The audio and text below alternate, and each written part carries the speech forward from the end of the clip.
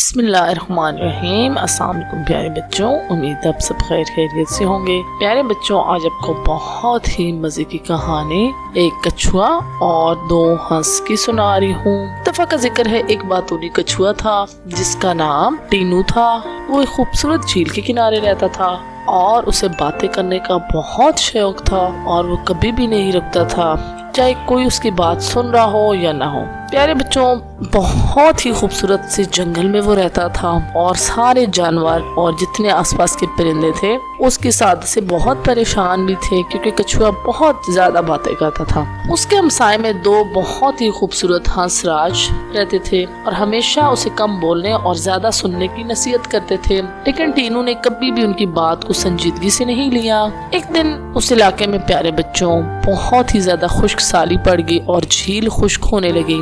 ہنس راج ٹینو کے بارے میں فکر مند تھے اور اسے بچانا چاہتے تھے۔ اب ہنس راج سوچتے اور ایک دن ٹینو کے پاس گئے اور انہوں نے کہا، ٹینو بھیا دیکھو، ہم تو اڑنا بھی جانتے ہیں، تمہیں پتا ہے ہم پرندے ہیں، ہم تو اڑ کے جا رہے ہیں کسی اور علاقے میں جہاں پانی ہوگا، لیکن ہمیں تمہاری بہت زیادہ فکر ہو رہی ہے کہ تم کدھر جاؤ گے اور تمہارا کیا بنے گا۔ اب پیارے بچوں، وہ کچھوا بھی تھوڑا پریشان ہو گیا اور سوچنے لگا اور انہیں کہتا ہے، ٹھیک ہے دوستوں، میں کوئی منصوبہ بناتا ہوں، تم لوگ بھی سوچو، کل پھر کچھ کرتے ہیں۔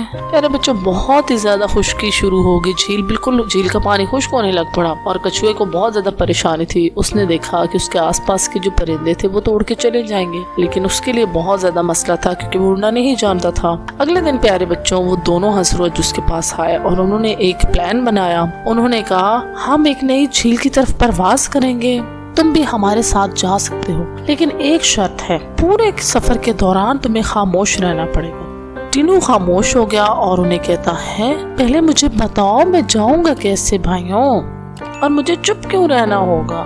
پیارے بچوں، ان ہنس راج نے کہا، دیکھو ہم ایک لکڑی کا مضبوط سا ڈنڈا لائیں گے، تم اس کو مضبوطی سے درمیان میں سے اپنے منہ سے پکڑ کے رکھو گے اور ہم دونوں سروں سے اٹھا کے اڑ کے جائیں گے۔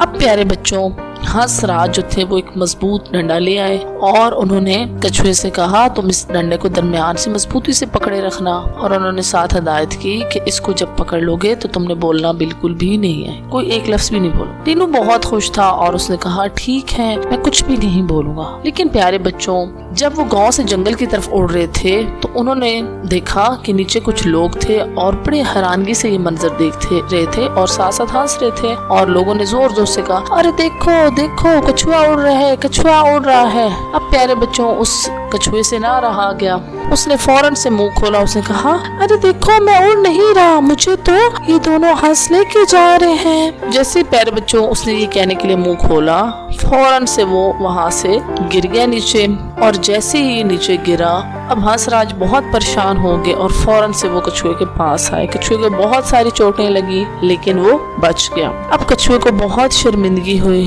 اور اس نے معافی مانگی۔ پیارے بچوں، اس کو کچھ تھوڑی بہت چوٹیں لگی لیکن پھر دوبارہ سے ہنس راج اسے لے کے اڑنے لگ پڑے اور پھر اس کو ایک بہت ہی خوبصورت ندی کے پاس چھوڑ دیا، اور وہاں پہ جب نیچے ندی کے پاس پہنچے، کچھوے نے بہت شکریہ ادا کیا دونوں ہنس راج کا، اور اس کے بعد پیارے بچوں کچھوے کو سمجھ آ گئی کہ بہت زیادہ باتیں کرنا بہت غلط بات ہے، بہت زیادہ بولنا پریشانی کا باعث بن سکتا ہے۔ تو پیارے بچوں، آج کی کہانی سے ہمیں یہی سبق ملتا ہے کہ ہمیں سوچ سمجھ کے بولنا چاہیے اور زیادہ بولنا بالکل بھی نہیں چاہیے، کم بولنا بہت اچھا ہوتا ہے۔ تو امید ہے پیارے بچوں آج کی کہانی آپ کو بہت اچھی لگی ہوگی۔ اگر میری کہانی اچھی لگتی ہے تو جلدی سے میرے چینل کو سبسکرائب کر لیں، ساتھ ساتھ لائک اور شیئر ضرور کریں۔ نیکسٹ کہانی تک کے لیے پیارے بچوں، اللہ حافظ۔